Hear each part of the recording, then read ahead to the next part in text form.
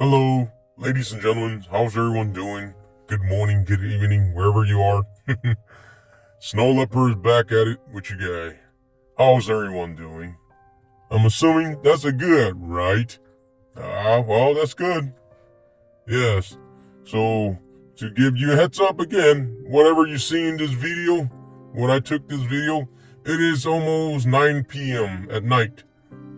I'm more closer to like 8:30 p.m., 8:30-ish p.m. Sun's still up in the sky.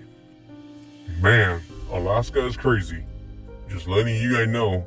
So those of you guys want to move up here, man, be prepared for that the long daylight during the summertime. And the winter time is kind of the opposite. So just be prepared for that. All right, I know you are not here to listen to me babbling, so I'll go ahead and get right to the point. All right, so today's topics will be, does this make the general a traitor? This is kind of a hot topics right now in the Hmong community, so I want to bring it up just so whoever else is in the American community, I'll say in the American community. Just trying to see what are your thoughts and your opinion on this matter. Trying not to bore you guys to death, I'll just give you a little bit of a brief of the story, see what we're talking about here, just so that you won't be confused what the heck is going on. And like I said, a lot of these stuff are going to be kind of based on my opinion and based on some of the research I was able to pull out.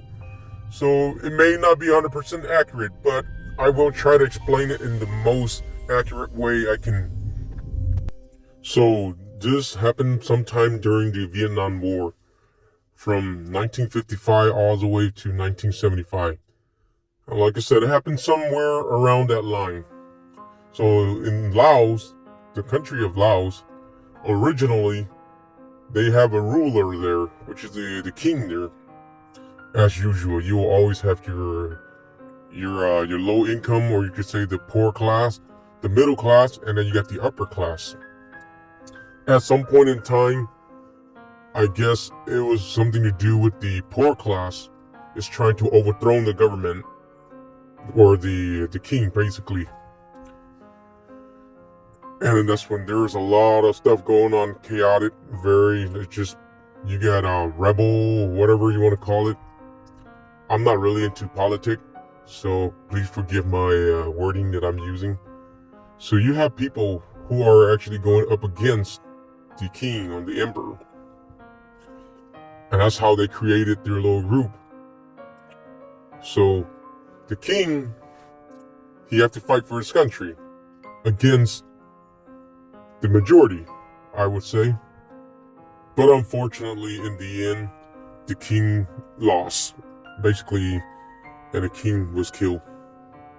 So the topics today, or I should say the question is that do you think that General Vang Pao is to be blamed here, and is he a traitor to his country or the country that he lives in?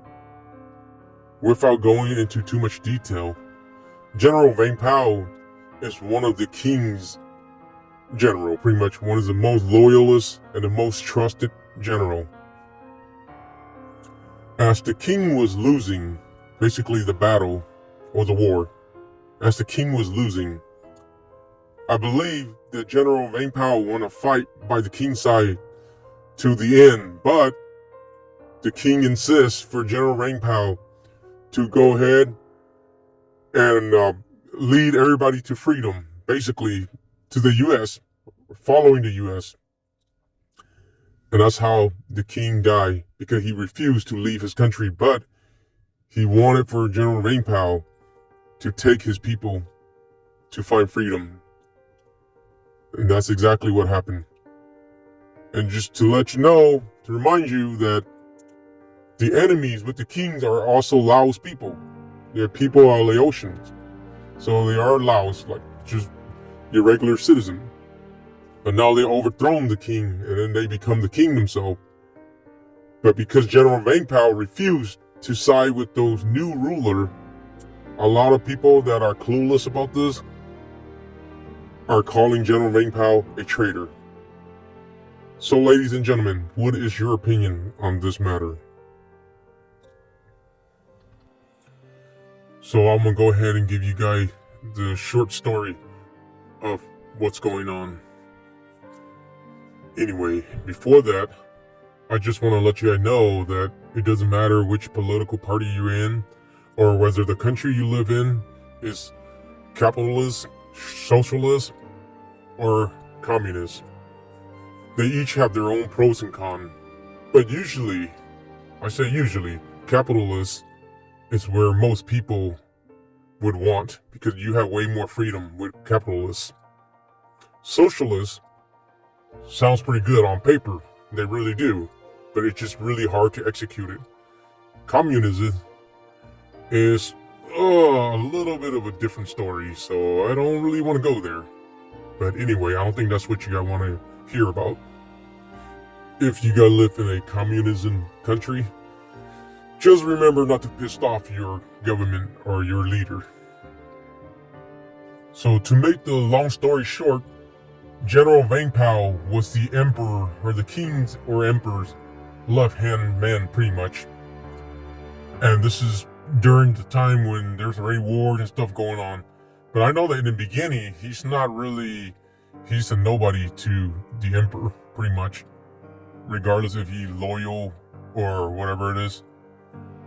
The emperor never really did like him until when the emperor was in the most needed time. That's when he realized that General Vang Pao is very loyal to him.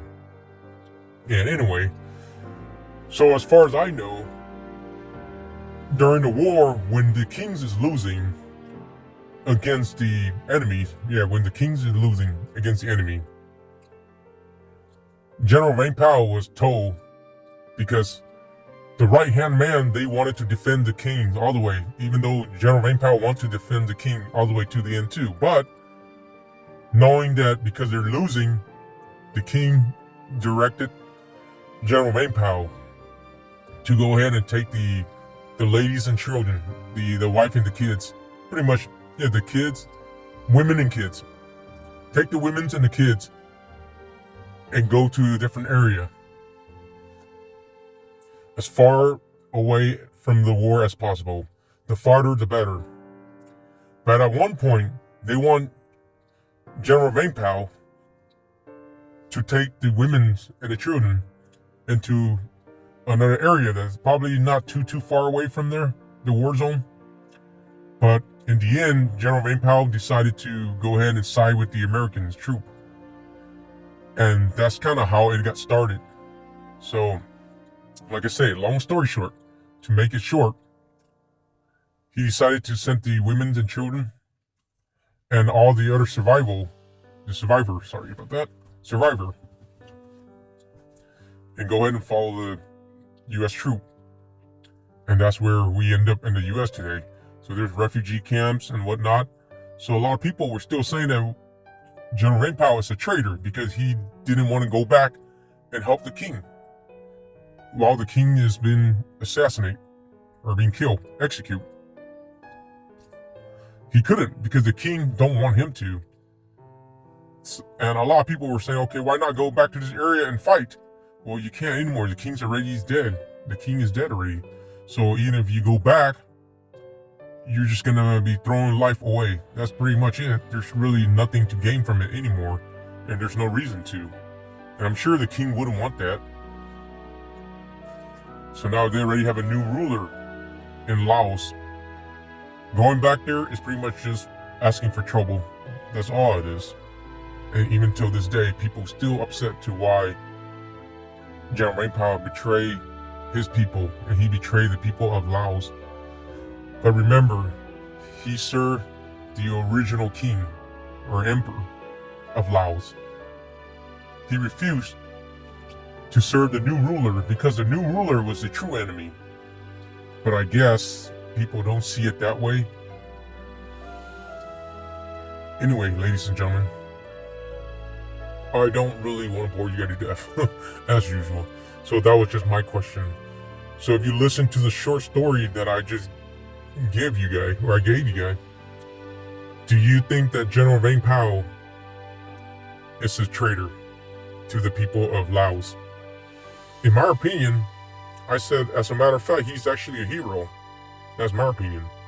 So let's just say, we'll pretend that the United States, and I'll just say, I'll use China as an example. Let's just say, all right, so China, they came over and they invade the U.S. They overthrow our president or our government. So now they wipe out the entire government. So now the U.S. troop, they escaped to Canada. Just say they escaped to Canada. Now that China took over the U.S., they have their new rulers now.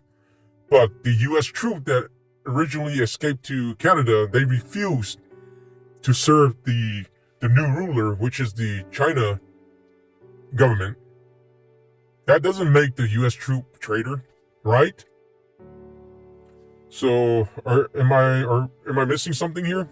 So that was the main question. So yes, in my opinion, I don't think General Vang Pao is a traitor at all. Like what some of the people that just disliked him, from what they're saying. So again, ladies and gentlemen, feel free to write in the comment section and just basically give me your opinion or your answer to see if you think he's a traitor or not. All right, ladies and gentlemen, I think I talked long enough with you guys. Just keep in mind, everything I said here, it's just based on some of the information I was able to dig up. And a lot of the stuff here pretty much is my opinion. So just keep in mind it's my opinion. And it's okay for you to disagree with me. That's totally fine. But I want you to keep it as positive as possible or as civil as possible. Like I said, if you have any question or any opinion, feel free to put it in the comment section. Or if you have any answer, go ahead and do that. All right, ladies and gentlemen, that should be it for today. Snow Leopard loved you guys. And if you felt like you learned a thing or two from me today, go ahead and hit that like and subscribe button and share with your friends and family for more. Like I said, as a normie, we can all learn something from each other and help each other out. If you guys got any good topics you want me to talk about, feel free to write them in the comment section. Any recommendation. All right. Snow Leopard love you guys. And Snow Leopard is out. You have a very good day. A good weekend. Depending on your day or work schedule. Bye-bye. Snow Leopard out.